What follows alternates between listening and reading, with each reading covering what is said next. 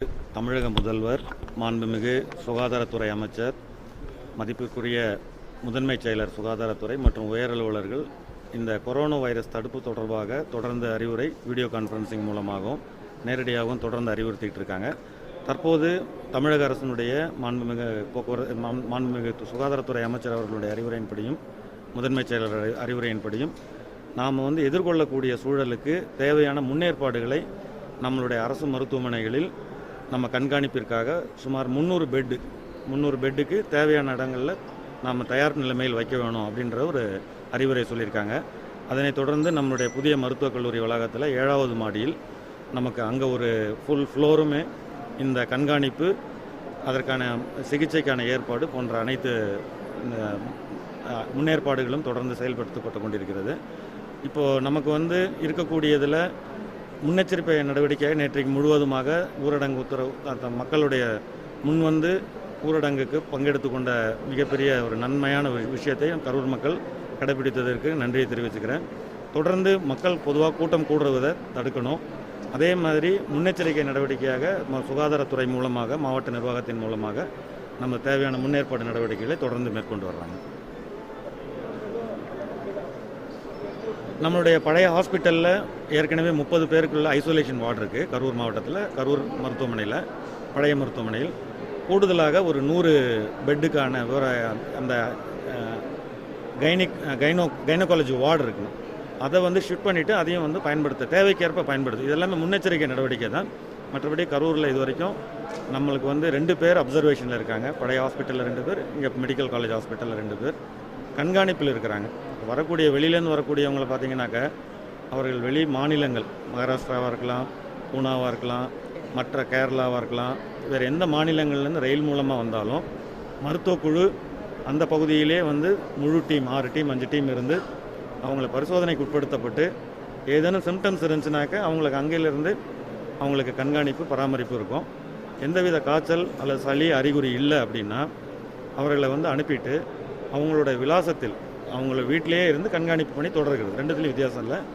அங்கே என்ன பண்ணுவாங்க, நம்மளுடைய மருத்துவ குழு அவங்களோட வீடுகளுக்கே சென்று கண்காணிப்பு மற்றும் மருத்துவ ஆலோசனைகள் கொடுத்து அவங்கள கண்காணிப்பிலே வச்சுருப்பாங்க. ஏதேனும் திரும்ப கூடுதலான சிம்டம்ஸ் வந்துச்சுன்னா அவங்கள ஐசோலேஷன் வார்டுக்கு கொண்டு ட்ரீட் பண்ணுறதுக்கான முன்னேற்பாடுகள் இது வரைக்கும் செஞ்சுருக்காங்க.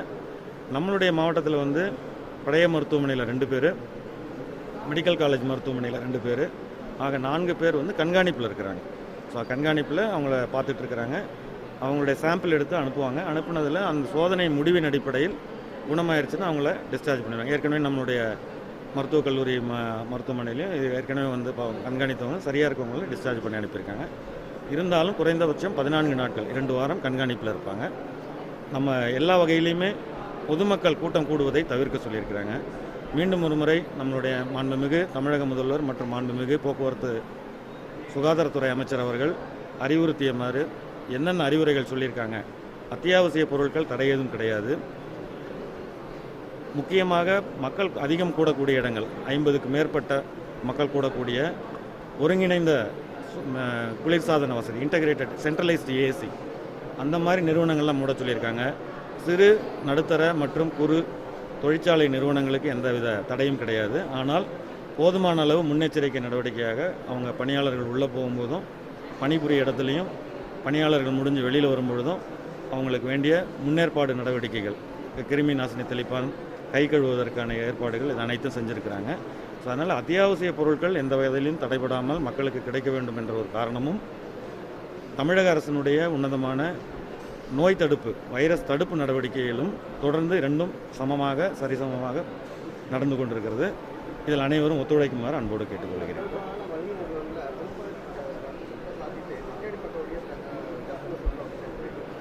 மீண்டும் சொன்னது போல் நம்ம தமிழக அரசினுடைய செய்தி குறிப்பிட்ட நீங்கள் பார்த்தீங்கன்னா உங்களுக்கு தெரியும், எந்தவித வணிக வளாகங்களுக்கும் தடையில்லை.